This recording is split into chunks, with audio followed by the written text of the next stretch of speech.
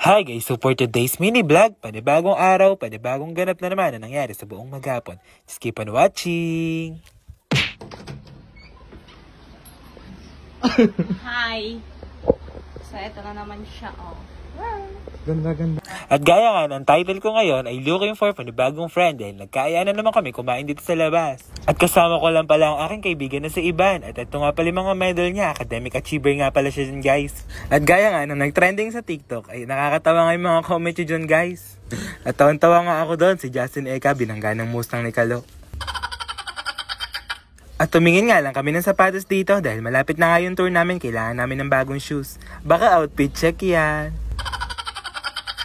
Tanghali nga pala yan guys at inaya ko lang dito sa iba na kumain dito sa Any Pacific Mall at mag-Jollibee nga kami dahil nagkikrave nga siya sa ice cream at ako naman nagkikrave nga sa chicken. At looking for panibagong kaibigan na nga dahil puro gastos na lang kami sa buhay. Pero okay lang yon, buti nga may ginagastos kami dito guys. Ang nakakalungkot nga yung wala na kaming pangbili dahil puro gastos na nga lang yung nagagawa. At pumunta na nga lang kami dito sa Jollibee dahil dito nga yung napag-usapan namin guys kung saan kami kakain. Dahil nakita ko nga yung trending sa mix and match na 1 piece of chicken na walang cook, saka nga yung mix and match na tagsi 75 pesos. At pinili ko na nga lang dito yung spaghetti with fries, mix 75 pesos nga lang pala yun guys. Ayan nga, umorder na nga dyan si iba ng ice cream dahil favorite nga daw niya yun. At yes nga, kinikilig nga ako sa kalan na yan, baka kalan yan.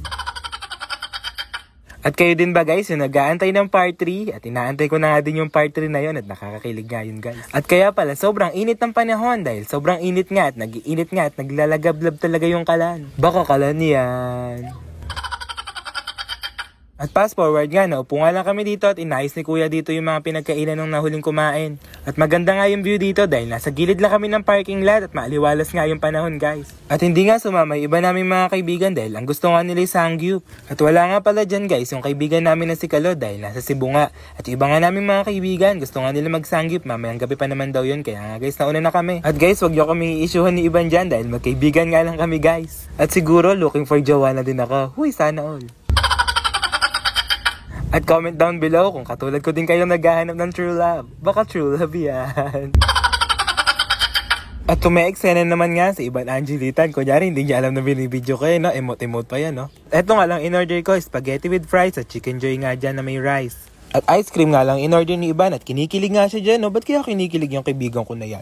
Ay hindi pala, magpipicture nga lang daw pala ng pagkain namin dyan guys. At salamat din po pala sa mga nagpa-picture dito at wag po kayong mahihiya magpa-picture dyan guys dahil sobrang bait nga namin guys. Fast forward nga, naubos na nga namin yung pagkain dito at kaya nakatambay na lang kami dito at nagbibidahan guys. At thank you nga pala sa lahat ng sumusuporta kay Iban. At comment down below kung isa din kayong sa kinikilig sa Team Kalan. Baka Team Kalan yan.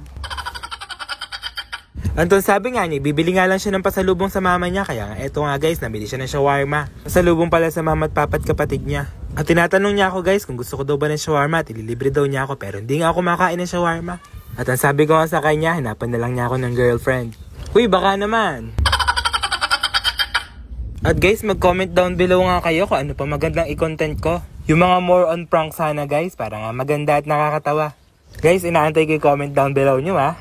Guys, may kikwento nga pala ako sa inyo. Dito nga pala sa Mango Shake na location na yan. Dito nga lang pala sa Any Pacific Mall. Kikwento nga lang pala sa inyo guys. At guys, dito ko nga pala unang nilibre si Kalu dyan guys. Dahil gutom na nga kami. Naayos nga niya yung PSA nun. At first meet nga pala namin yun guys. 3 years ago na yata yun o 2 years ago guys. Dahil matagal na pala yun. At nagkaayaan nga lang kami ni Iban na bumili dito sa Dunkin Donut dahil masarap nga yung donut. At napakaangas nga ni Iban, nilibre nga niya ako ng isang donut dito guys. At guys, nagdadalawang isip ako kung i-upload ko to, baka isyuhan nyo na naman kasi ko guys eh. Tayo nga guys, magkaibigan nga lang kami nila Iban at Kalakalo.